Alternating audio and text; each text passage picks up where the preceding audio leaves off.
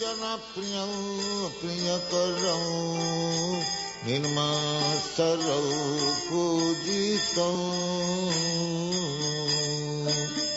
nana shastra vicharanayika nipunam sadharma sanghastha. And now chapter 47, Compassion and Anger. Tribhuvane mannam saranyakanam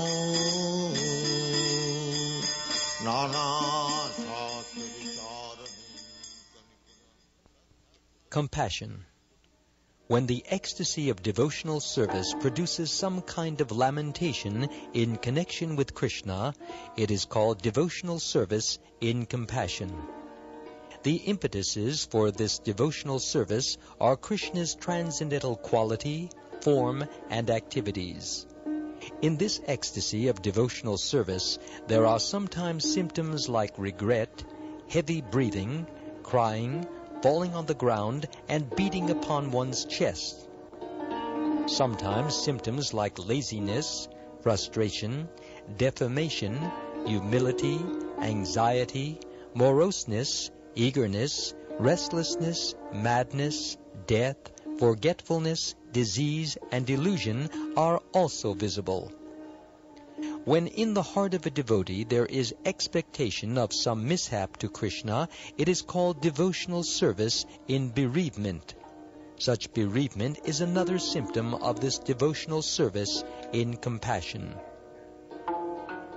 In Srimad Bhagavatam, 10th canto, 16th chapter, verse 10, there is the following description. When Krishna was chastising the Kalyanaga in the Yamuna, the big snake wrapped his coils all over Krishna's body, and upon seeing Krishna in this situation, all his dear cowherd friends became greatly disturbed. Out of bereavement, distress, and fear, they became bewildered and began to fall on the ground. Because the cowherd boys were under the illusion that Krishna could be in some mishap, their symptoms are not at all astonishing. They had dedicated their friendship, their possessions, their desires, and their very selves to Krishna. When Krishna entered the Yamuna river, which had become very poisonous from the presence of Kaliya, Mother Yashoda feared all kinds of mishaps, and she was breathing hotly. Tears from her eyes were soaking her clothes, and she was almost collapsing.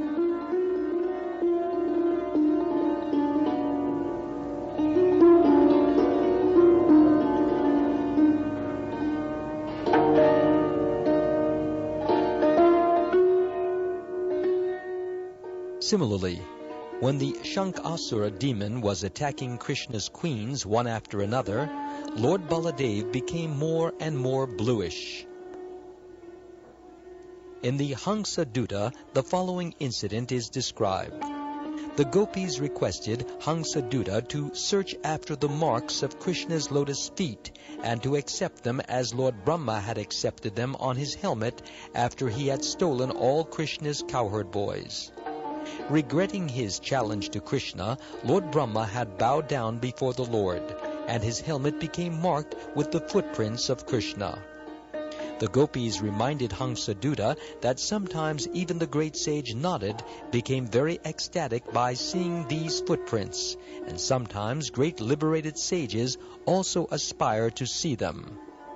They urged, quote, "You should therefore seek very enthusiastically to find the footprints of Krishna," unquote. This is another instance of devotional service in compassion. There is an instance when Sahadeva, the younger brother of Nakula, became greatly gladdened at seeing the effulgent glowing of Krishna's footprints. He began to cry and call out, quote, "Mother Madri, where are you now? Father Pandu, where are you now? I am very sorry that you are not here to see these footprints of Krishna," unquote.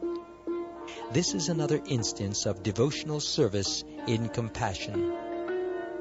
In devotional service without strong attraction to the Lord, there may sometimes be smiling and other symptoms, but never the stress or lamentation that are symptoms of devotional service in compassion. The basic principle of this compassion is always ecstatic love.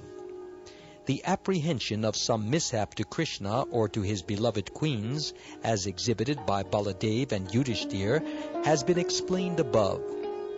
This apprehension is due not exactly to their ignorance of the inconceivable potencies of Krishna, but to their intense love for him. This kind of apprehension of some mishap to Krishna first of all becomes manifested as an object of lamentation, but gradually it develops into such compassionate, loving ecstasy that it turns to another channel and gives transcendental pleasure.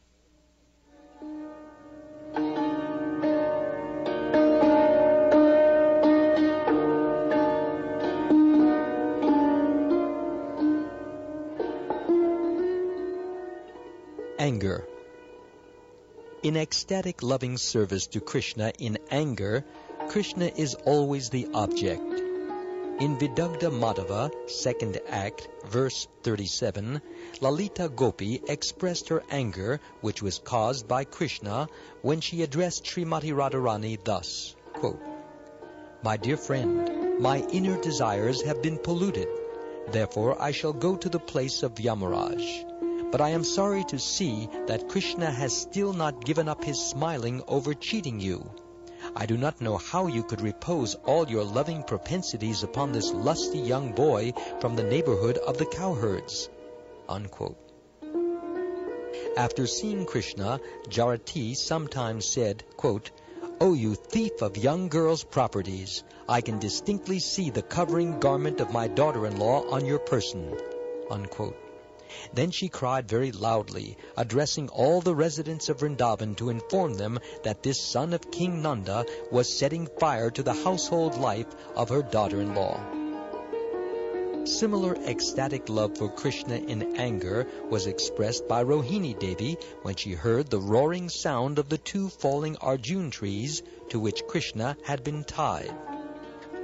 The whole neighborhood proceeded immediately toward the place where the accident had taken place, and Rohini Devi took the opportunity to rebuke Mother Yashoda as follows, quote, "You may be very expert in giving lessons to your son by binding him with rope, but don't you look to see if your son is in a dangerous spot? The trees are falling on the ground, and he is simply loitering there." Unquote. This expression of Rohini Devi's anger toward Yashoda is an example of ecstatic love in anger caused by Krishna. Once, while Krishna was in the pasturing ground with his cowherd boys, his friends requested him to go to the Talavan forest, where Gardabasura, a disturbing demon in the shape of an ass, resided. The friends of Krishna wanted to eat the fruit from the forest trees, but they could not go because of fear of the demon. Thus they requested Krishna to go there and kill Gardabasura. After Krishna did this, they all returned home, and their report of the day's activity perturbed Mother Yashoda because Krishna had been sent alone into such danger in the Talavan forest. Thus she looked upon the boys with anger.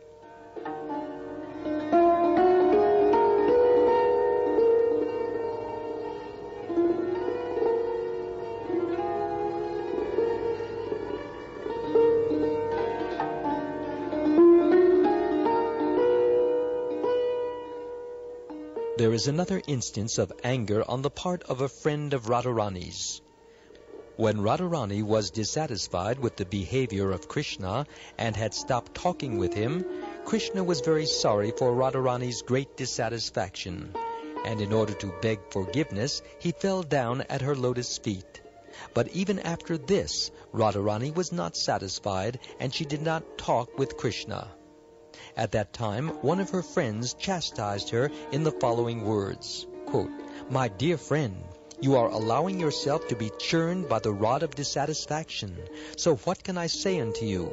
The only advice I can give you is that you had better leave this scene immediately, because your misbehavior is giving me too much pain. I cannot bear to see your behavior, because even though Krishna's peacock feather has touched your feet, you still appear to be red-faced." Unquote. The above attitudes of dissatisfaction and anger in devotional service are called irishu. When Akrura was leaving Vrindavan, some of the elderly gopis rebuked him as follows, quote, "O son of Gandhini, your cruelty is defaming the dynasty of King Yadu. You are taking Krishna away, keeping us in such a pitiable condition without him. Now, even before you have left, the life air of all the gopis has practically disappeared." Unquote. When Krishna was insulted by Shishupal in the assembly of the Rajasuya Yajna convened by Maharaj Yudhishthir, there was a great turmoil among the Pandavas and Kurus involving grandfather Bhishma. At that time, Nakula said with great anger, quote, "Krishna is the supreme personality of Godhead, and the nails of his toes are beautified by the light emanating from the jeweled helmets of the authorities of the Vedas. If he is derided by anyone, I declare herewith as a Pandava that I will kick his helmet with my left foot, and I will strike him with my arrows, which are as good as Yamadanda, the scepter of Yamaraj." Unquote. This is an instance of ecstatic love for Krishna in anger.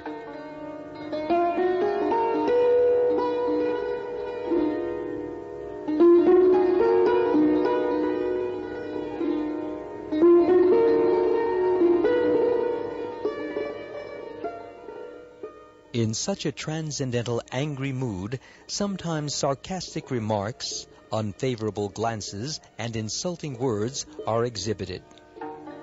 Sometimes there are other symptoms, like rubbing of the two hands, clacking of the teeth, clamping of the lips, moving of the eyebrows, scratching of the arms, lowering of the head, rapid breathing, uttering of strong words, nodding of the head, yellowishness at the corners of the eyes, and trembling lips. Sometimes the eyes turn red, and sometimes they fade, and there are sometimes chastisement and silence. All these symptoms of anger may be divided into two parts, constitutional and unconstitutional, or permanent and temporary symptoms. Sometimes great emotion, bewilderment, pride, frustration, illusion, impotence, jealousy, dexterity, negligence, and signs of hard labor are also manifest as unconstitutional symptoms. In all these humors of ecstatic love, the feeling of anger is accepted as the steady factor. When Jarasandha angrily attacked the city of Mathura, he looked at Krishna with sarcastic glances. At that time, Baladev took up his plough weapon and gazed upon Jarasandha with colored eyes. There is a statement in the Vidagdha Madhava wherein Srimati Radharani, in an angry mood, addressed her mother, Purnamasi, after she had accused Radharani of going to Krishna. She said, quote, "My dear mother, what can I say to you? Krishna is so cruel that he often attacks me on the street, and if I want to cry out very loudly, this boy with the peacock feather on his head immediately covers my face so that I cannot cry.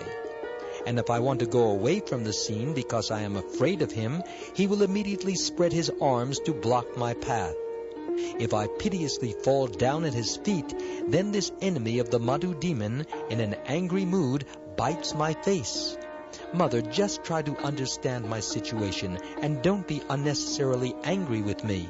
Instead, please tell me how I can save myself from these terrible attacks of Krishna." Unquote. Sometimes among contemporary personalities, there are signs of ecstasy in anger because of love for Krishna.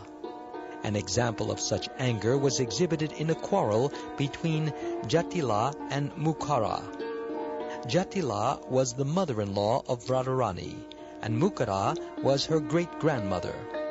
Both of them were talking about Krishna's unnecessary harassment of Radharani when she was walking on the street. Jatila said, "You cruel-faced Mukada, by hearing your words my heart feels like it is burning in a fire." And Mukada replied, "You sinful Jatila, by hearing your words there is aching in my head. You cannot give any evidence that Krishna has attacked Radharani, the daughter of my granddaughter Kirtida." Once when Radharani was taking off the necklace given to her by Krishna, Jatila, her mother-in-law, told a friend, quote, "My dear friend, just see the beautiful necklace that Krishna has presented to Radharani. She is now holding it, but still she wants to tell us that she has no connection with Krishna. This girl's activities have disgraced our whole family." Unquote. Natural jealousy of Krishna by persons like Shishupal cannot be accepted as ecstatic love in anger with Krishna.